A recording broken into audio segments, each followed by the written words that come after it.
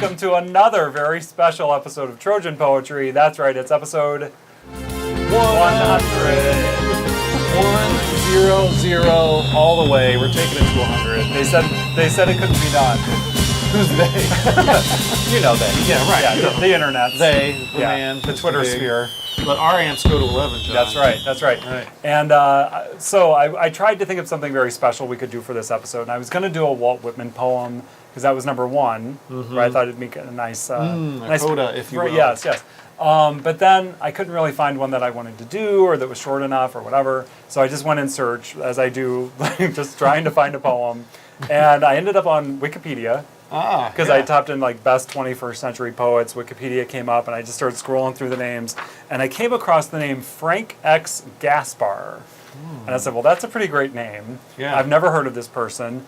Clicked on the link, and I found this poem. Okay. And I was like, okay, this is the very spirit of Trojan poetry. Like, this is what Trojan poetry was meant to do. All right. So I'm very excited. Mr. Gaspar has some big shoes to fill here. So here we go. This is called When You Saw the Lightning by Frank X. Gaspar from 2012.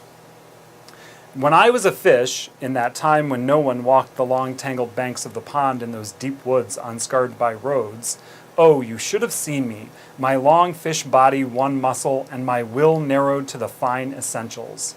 You would have cried out for my beauty when I leapt into the sun and air, and you saw the rainbows and lightning on my stippled back. And I would have made you jump. Your breath would have caught above your heart, and you would have loved me in that certain way that we love things beyond any need for them, but desiring them senselessly. Yes, the buzz of the dragonflies, and then my killing heart in the shade of the lilies, and the black water with all its treasures, and my wicked teeth, and how the green leaves on the tree shuddered when I rose and struck. That was when I was a fish. I would never lie to you about that. I don't know why I would tell you this now. I don't know why you would even listen to anything in a poem, except that it might stop you for a moment. It might make you lift your head and look around in just that lonely hour of the day or night when the world isn't quite enough. Oh yes, I was a power. I raised that hidden world with splendor and terror. And if you only could have seen me, your breast would have been filled with rapture, I'm sure of it. Along those wild shores, along that gloss of water, among the sweet greens of summer, where were you?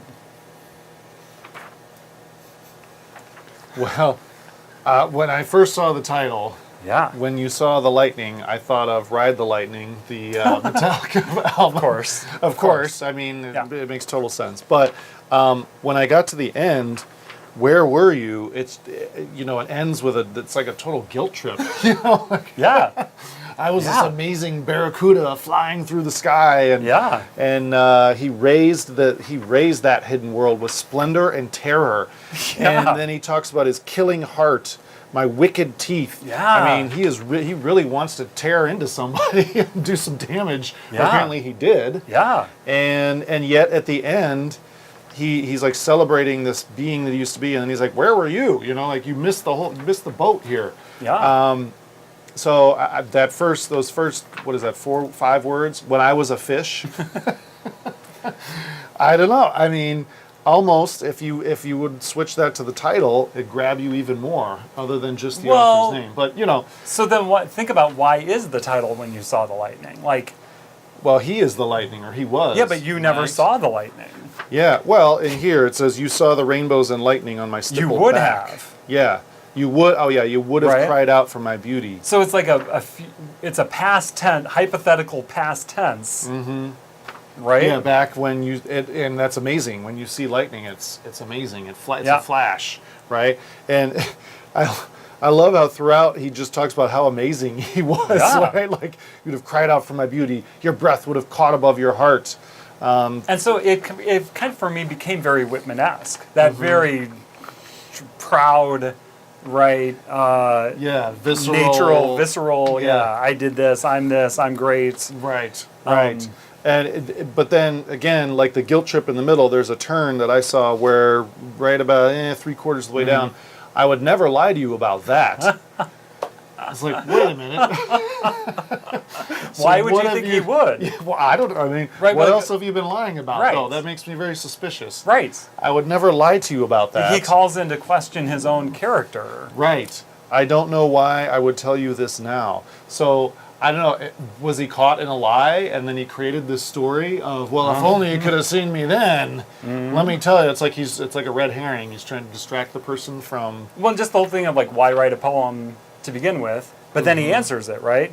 I don't know why you would even listen to anything in a poem, except that it might stop you for a moment. It might make you lift your head and look around in just that lonely hour of the day or night when the world isn't quite enough, right? Like, and this is what happened, because I was like, it was like 9:30 on Sunday night, and I was looking for poems, or then it got to be later and later, and then I hit this poem, and I'm like, oh, like, it's a lonely hour of the night. Yeah, right. And I found this poem, and it totally did, like, energize me. Like, Yeah. I was like, oh, like, This is awesome. yeah. Yeah. Well, and that's a total, apologist, somebody who argues in favor of something. That's an apology for poetry, right?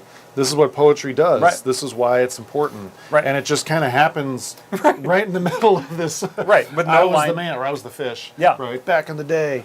Right, and it's like the fact that it's like a prose poem without any kind of formal break to separate that kind of meta poem, right, kind of buries that whole kind of meta poem thing going on. Yeah. And it just runs all together, and then it goes back to, oh yes, I was a power. Right. I mean, Yeah, that's a big insight that's just kind of stuffed into the middle Yeah. of the poem there. Right. And then he returns back to, oh, but hold on, I got sidetracked by this Right. amazing. Right. This is what poetry is all about. and then the And let me weird talk twist about- of, where were you? Like, Right. you were like sitting on the couch. You know, this guy's out exploring the world, Right. being a fish, and you're just like in an Well, office, or you know, like, Excuse me, but is that question accusatory, or Right. is it like it's longing? Like, That's where the were question. you? that's the You question. know?